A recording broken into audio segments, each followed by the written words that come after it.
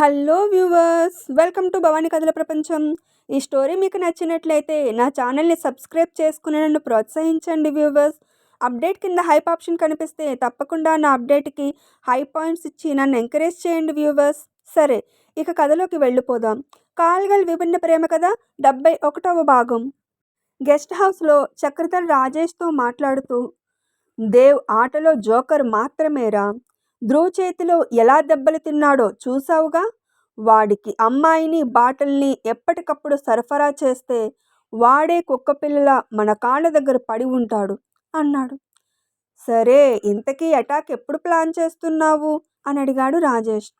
చేస్తున్నావు అని కాదు, చేస్తున్నాము అని అడుగు. ఏం సక్సెస్ అయితే నీకు వాటా వద్దా?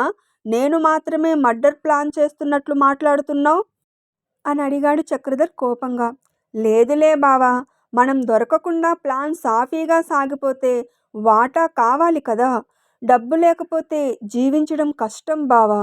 నా పెళ్ళాం పిల్లల్ని చూడకుండా బ్రతకగలను, కానీ చేతిలో డబ్బు లేకుండా, టైంకి మందు పడకుండా, జల్సాలు చేయకుండా ఎలా బ్రతకగలను చెప్పు.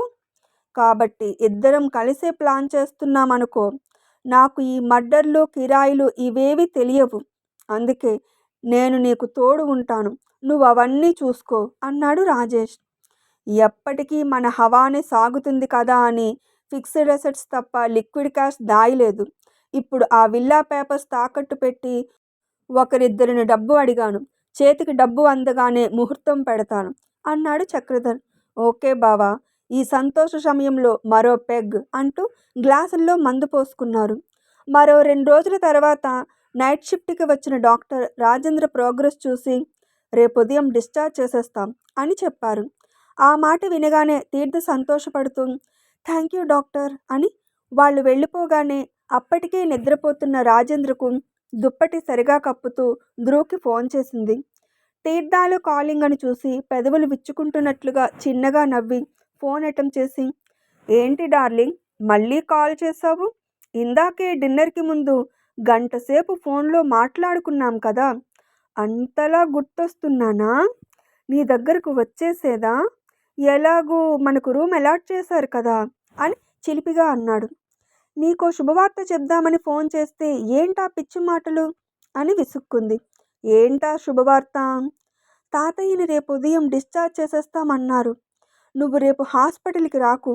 నేను తాతయ్యని ఇంట్లో దించి అటు నుండి ఆఫీస్కి వస్తాను అంది.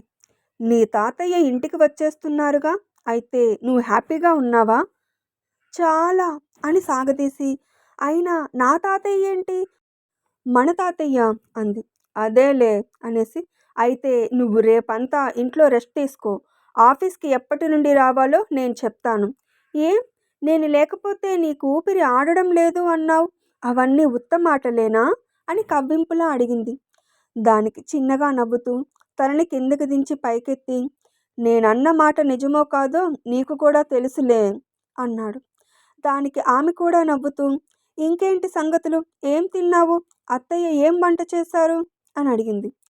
ఎందుకు అడుగుతావులే, ఆమె ఏం వంట చేసినా ఈ కర్రీ తీర్థకిష్టం, ఈ కర్రీ తను చాలా బాగా చేస్తుంది అని డిన్నర్ దగ్గర అందరికీ చెప్తూ ఒకటే నస పెడుతుంది అన్నాడు. నీ పెళ్ళాన్ని పొగుడుతుంటే అది నీకు నసలా ఉందా అంది చిరుకోపంగా. మరి కాక, అసలే నీకు దూరంగా ఉన్నానని నేను అవస్థపడుతుంటే ఆమె నన్ను ఇంకా వేడెక్కిస్తుంది అన్నాడు. అతని మాట తీరికి గలగలా నవ్వి రాణి ఆవలింతలు నటిస్తూ, సరే నిద్రపో, నాకు నిద్ర వస్తుంది అంది. అవునా, సరే అయితే గుడ్ నైట్ అని ఫోన్ పెట్టేశాడు. ఇదేంటి అలా అంటే ఏదో ఒకటి మాట్లాడుతూ అప్పుడే ఫోన్ పెట్టద్దు అంటాడు అని అనుకుంటే ఇంత త్వరగా పెట్టేశాడు అని అనుకుంటూ తీర్థ ధ్రువ్ గురించి ఆలోచిస్తూ కూర్చుంది. రేపటి నుండి నీతోనే ఉండొచ్చు, నిన్ను హత్తుకుని పడుకోవచ్చు, ఇలా నా కోరికలన్నీ తీర్చుకోవచ్చు అని అతని ఊహల్లోనే గడిపింది. ధ్రువ్ ఊహల్లో కునికిపాట్లు పడుతున్న తీర్థ ముఖం మీద చిటికలు వేశాడు. దాంతో కళ్ళు తెరిచి అతన్ని చూసి ఆశ్చర్యంతో కళ్ళను పెద్దవి చేస్తూ, నువ్వా అని అరవబోయింది. వెంటనే ధ్రువ్ ఆమె నోటి మీద చేయి వేశాడు. వెంటనే అతని చేతిని తప్పించి, ఏంటి ఇంత రాత్రి మీద వచ్చావు, తాతయ్య లేస్తారు, మనల్ని ఇలా చూస్తే బాగోదు, నువ్వు వెళ్ళిపో అంది. అంటే నీ ఉద్దేశంలో ఇది రాత్రా అని అడిగాడు. నా ఉద్దేశంలోనా అంటే ఇది రాత్రి కాదా అని తిరిగి ప్రశ్నించింది. అంటే నువ్వు రాత్రంతా నిద్రపోలేదా? రాత్రంతానా అంటే తెల్లారిపోయిందా అని అడిగింది. అవును, కావాలంటే టైం చూడు అని అతని చేతికున్న వాచ్ చూపించాడు. అయ్యో అవును, అప్పుడే 6 అయిపోయిందా? అయినా ఎప్పుడో 10 గంటలకు డిశ్చార్జ్ ఇస్తారంటే నువ్వెందుకు ఇప్పుడే వచ్చావు అని అడిగింది. నా పెళ్ళాన్ని లేపుకుపోవాలని వచ్చాను అన్నాడు. దాంతో రాజేంద్ర లేస్తున్నాడేమో అని అటుగా చూసింది. అతను ఇంకా గాఢ నిద్రలో ఉన్నాడు. ష్, మాట్లాడకు, పద బయటకు వెళ్దాం అని అతని చేయి పట్టి రూమ్ బయటకు తీసుకొచ్చేసరికి అక్కడ జితేంద్ర కూడా ఉన్నాడు. మా తీర్థ, డాక్టర్తో అన్నీ మాట్లాడాను. నాన్నని ఇప్పుడే ఇంటికి తీసుకెళ్ళిపోవచ్చు. ఆయన పడుకున్నా పర్వాలేదు. డిస్టర్బ్ చేయకుండా అంబులెన్స్లో తీసుకెళ్ళిపోదాం అన్నాడు జితేంద్ర. అయ్యో, అలా వద్దు మావయ్య. సడన్గా పరిసరాలు మారితే మళ్ళీ తాతయ్య కంగారు పడతారు. ఆయన కాసేపట్లో లేస్తారు. లాస్ట్ డోస్ మెడిసిన్ వేయించి తీసుకెళ్ళిపోదాం అంది. సరేనమ్మా, నువ్వెలా చెప్తే అలా అని అంటున్నాడు. ఇంతలో రాజేంద్ర మేల్కొని బజర్ నొక్కాడు. అదిగో తాతయ్య లేచారు అని తీర్థ అతని గదిలోకి వెళ్ళింది. ఆమె వెనకే జితేంద్ర ఇంకా ధ్రువ్ కూడా ఆ గదిలోకి వెళ్ళారు. గుడ్ మార్నింగ్ తాతయ్య, మీకు గుడ్ న్యూస్. ఇప్పుడు మీరు కాస్త ఫ్రెష్ అయితే మనం మన ఇంటికి వెళ్ళిపోదాం అంది తీర్థ. ఆ మాట వింటూనే రాజేంద్ర కళ్ళు మెరిసిపోయాయి. నిజంగానే గుడ్ న్యూస్ తల్లి. నాతో పాటు నువ్వు కూడా ఇక్కడే ఉండిపోయావు. అందుకైనా తొందరగా ఇంటికి వెళ్ళిపోవాలని అనుకున్నాను. ఈ రోజుకి కుదిరింది అన్నాడు రాజేంద్ర. సరే, మీరు ఫ్రెష్ అవ్వండి. మేము మిగిలిన ప్రొసీజర్స్ ఫినిష్ చేసి వస్తాం అని ధ్రువుని తీసుకుని వెళ్ళాడు జితేంద్ర. తీసుకోవలసిన జాగ్రత్తలు, వేసుకోవాల్సిన మెడిసిన్, పాటించాల్సిన డైట్, ఇలా ఆరోగ్యపరమైన విషయాలన్నీ చెప్పి రాజేంద్రకు డిశ్చార్జ్ ఇచ్చారు. బిల్ పే చేసేసి రాజేంద్రను కారులో ఎక్కించి డ్రైవర్కు జాగ్రత్తలు చెప్పి ధ్రువ్ ఆఫీస్కి వెళ్ళిపోయాడు. ఉదయం 10 గంటలకల్లా ఇంటికి వచ్చిన రాజేంద్ర దగ్గర జితేంద్ర ఉండి అన్నీ చూసుకుంటున్నాడు. అలాగే మాలిని కూడా ఇది తాగండి మావయ్య, ఇది తినండి అని హడావిడి చేస్తుంది. ఒకప్పుడు ఇలాంటి పరిస్థితిలోనే ఇంటికి వస్తే ఎలా ఉన్నావు అని అడగని వాళ్ళు ఇప్పుడు ఇలా ప్రాణం పెడుతుంటే రాజేంద్ర కళ్ళు చెమర్చాయి. అతని కన్నీళ్లు చూసి తీర్థ కంగారు పడుతూ ఏదో అడగబోతుంటే, ఏంటి నాన్న, మళ్ళీ ఒంట్లో ఏమైనా ఇబ్బందిగా ఉందా, కన్నీళ్లు పెడుతున్నావు అని కంగారుగా అడిగాడు జితేంద్ర. లేదురా, మీతో ఇంకొంతకాలం ఉండమని ఆ దేవుడు నన్ను రిటర్న్ పంపినందుకు ఆనందపడుతున్నాను అన్నాడతను. అంతేనా, అమ్మయ్య అనుకొని, మీరు కూడా చాలా అలసటగా ఉన్నారు. రెస్ట్ తీసుకోండి మావయ్య. ఆయన ఆఫీస్కి వెళ్ళారు కదా, మీరు రేపు ఆఫీస్కి వెళుదురు. ఇప్పుడు రెస్ట్ తీసుకోండి, నేను తాతయ్యని చూసుకుంటాను అంది తీర్థ. దాంతో జితేంద్ర తీర్థ తల నిమురుతూ, రెస్ట్ నాకు కాదమ్మా, నీకు కావాలి. ఒకప్పుడు నా తండ్రిని ప్రాణాలతో నాకు అప్పగించావు. మళ్ళీ ఇప్పుడు కూడా ప్రాణాలతో నా ఎదుట నిలిపావు తల్లి. నాకు దూరమైన నా తల్లి ప్రేమను నీ చేతల్లో చూస్తున్నాను. ఇంటిని, ఆఫీస్ని, నా తండ్రిని, నీ భర్తని, ఇలా అందరి బాగోగులు చూస్తూ నువ్వు ఈ ఇంటికే తల్లివి అయ్యావు. ఏమిచ్చినా నీ రుణం తీర్చుకోలేను అన్నాడు. రుణం అంత పెద్ద మాట ఎందుకు మావయ్య? ఇది నా ఇల్లు. నా ఇంట్లో వాళ్ళ కోసం ఏం చేయడానికైనా నేను సిద్ధమే. ఎటొచ్చి నా వల్ల మీ రెండో అబ్బాయి హాస్పిటల్ పాలైనా ఆ కోపాన్ని నా మీద చూపించకుండా నిజానిజాలు గ్రహించి నాకు ప్రేమను అందిస్తున్నారు. ఆ విషయంగా నేనే మీకు రుణపడి ఉన్నాను అంది. చెడు బుద్ధి, చెడ్డ సావాసం, చెడ్డ ఆలోచనలు ఉన్నవాళ్ళు తప్పు చేస్తే దానికి తగ్గ ప్రతిఫలం అనుభవించే తీరాలి తల్లి. ఇందులో నీ ప్రమేయం ఏం లేదు. ఆ విషయంగా నువ్వు బాధపడకు అన్నాడు. అప్పుడే, మావయ్య, మీరు ఈ జ్యూస్ తాగండి, ఈలోపు మీకోసం డైట్ ఫుడ్ ప్రిపేర్ చేస్తాను అంది మాలిని. ఈ 4 రోజులు మీరు చాలా కష్టపడ్డారు. మీరు రెస్ట్ తీసుకోండి అత్తయ్య. తాతయ్యకు డైట్ ఫుడ్ నేను ప్రిపేర్ చేస్తాను అంది తీర్థ. నేను కాదు, నువ్వు రెస్ట్ తీసుకోవాలి. తాతయ్య యోగక్షేమాలు చూస్తూ హాస్పిటల్లోనే ఉండిపోయావు అంది మాలిని. అవునమ్మా తీర్థ, మీ అత్తయ్య చెప్పింది నిజం. నువ్వు రెస్ట్ తీసుకో. ఆఫీస్కు కూడా ఇప్పట్లో వెళ్ళకు. వాడు ఒప్పుకోకపోతే నేను వాడితో మాట్లాడతాను. నువ్వు కాస్త రెస్ట్ తీసుకున్నాక అప్పుడు ఆఫీస్కి వెళుదువు అన్నాడు రాజేంద్ర. ఏంటి అందరూ ఒకే మాట మీద ఉన్నారు అంది అలకలా ముఖం పెడుతూ. నువ్వు చెప్పింది మేం విన్నట్లే, మరి మేం చెప్పేది నువ్వు కూడా వినాలి కదా అంది మాలిని. సరే మీ ఇష్టం అనేసి తీర్థ తమ గదిలోకి వెళ్ళి ఫ్రెష్ అయి వచ్చి మంచం మీద చారబడి ధ్రువ్ వైపు స్థానాన్ని తడుముతూ, నన్నెందుకు ఆఫీస్కి రావద్దన్నావు చెప్పు చెప్పు అంది. అంతలోనే నవ్వుకుంటూ, రోజు నువ్వు ఫోన్ చేసి మాట్లాడేవాడివి కదా, ఇప్పుడు నేను ఫోన్ చేస్తాను అని ధ్రువ్కి ఫోన్ చేసింది. కానీ ధ్రువ్ ఫోన్ అటెండ్ చేయడం లేదు. బాబు బాగా బిజీ కాబోలు, సరే ఫ్రీ అయితే తనే చేస్తాడు అని ఆ గది క్లీనింగ్లో నిమగ్నమైంది. సాయంత్రం 5 అయింది. పిల్లలు స్కూల్ నుండి రాగానే తీర్థని చూసి వదినా అని అరుస్తూ ఆమెను చుట్టుకున్నారు. ఆమె కూడా ముగ్గురిని హత్తుకుని ముద్దులు పెడుతూ, ఎలా ఉన్నారు, బాగా చదువుతున్నారా, కడుపు నిండా తింటున్నారా అని ఆరాటంగా అడిగింది. ఓ చదువుతున్నాం, పెద్దమ్మ ఉంది కదా, కడుపు నిండా తింటున్నాం అని చెప్పి, గ్రాండ్ ఫాకి ఇప్పుడు ఎలా ఉంది అని అడిగారు పిల్లలు. చాలా బాగున్నారు, మీరు త్వరగా ఫ్రెష్ అయ్యి స్నాక్స్ తినేసి హోంవర్క్ చేసేస్తే డిన్నర్ టైంకి తాతయ్య దగ్గరకు వెళ్ళొచ్చు, ఇప్పుడు తాతయ్య నిద్రపోతున్నారు అని చెప్పింది.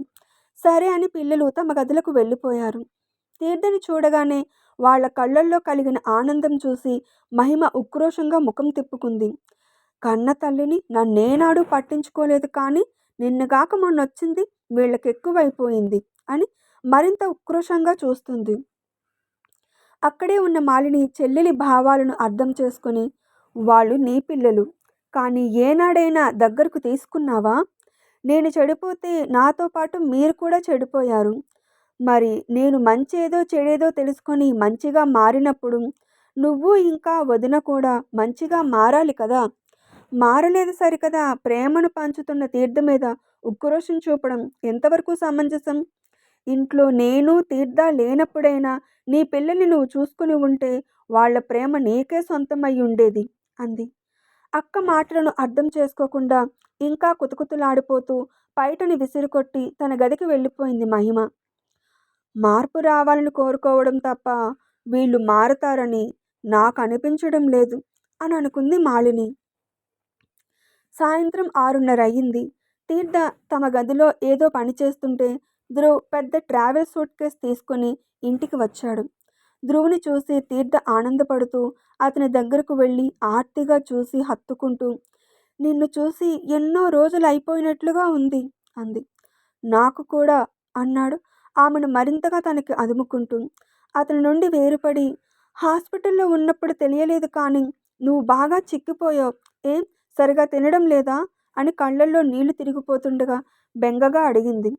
తన కోసం ఆమె ఆరాటం చూసి ఆనందపడాలో బాధపడాలో అర్థం కాలేదు ధ్రువ్కి. ఆమె కళ్ళను సుతారంగా తుడుస్తూ, నీ కంటికి చిక్కినట్లుగా కనిపిస్తున్నాను తప్ప నేను బాగానే ఉన్నాను, అయినా నీకు బెంగ ఉంది అంటే నువ్వు వచ్చేసావు కదా, ఇకపై ఇంకా బాగా తింటానులే అన్నాడు.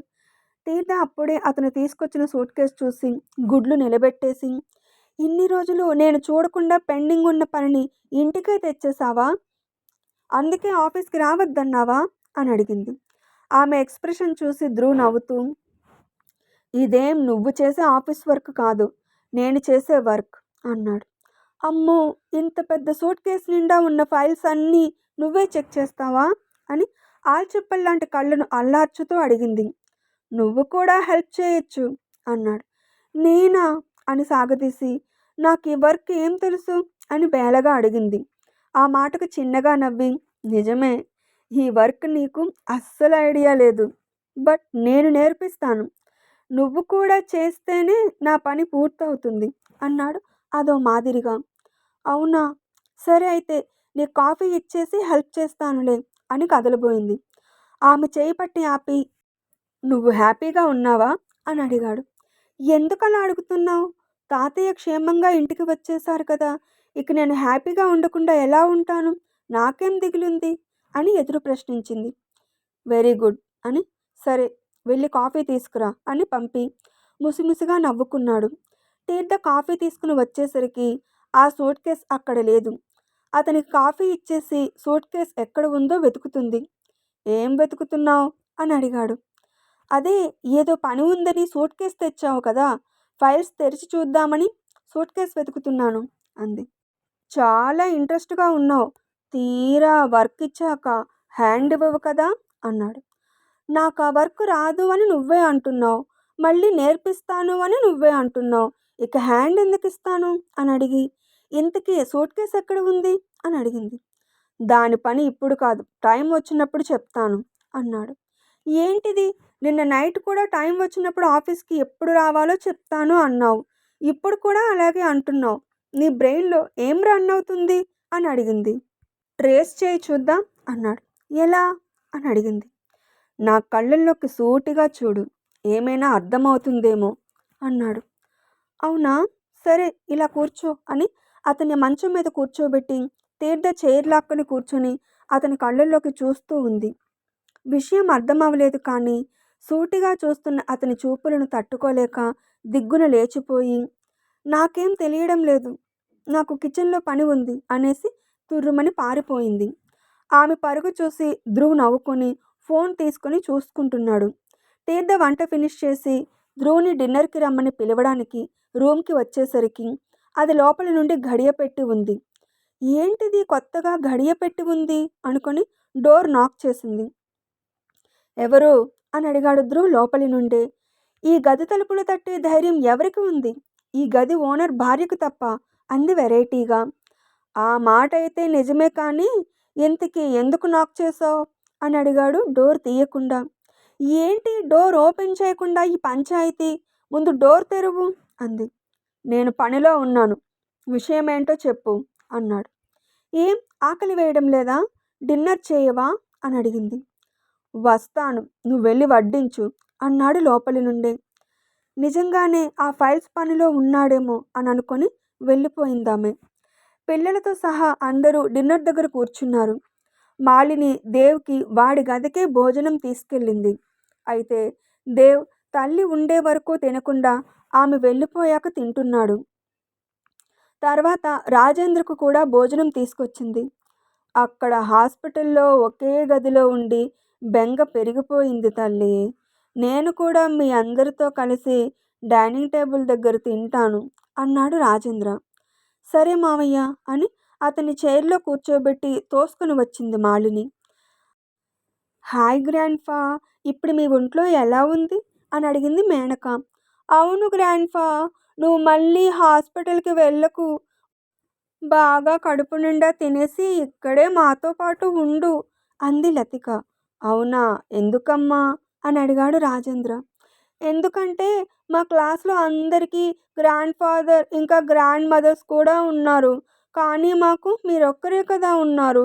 అందుకే మీరు ఆరోగ్యంగా ఉండాలని బాగా తినమని అంటున్నాను అంది పాప.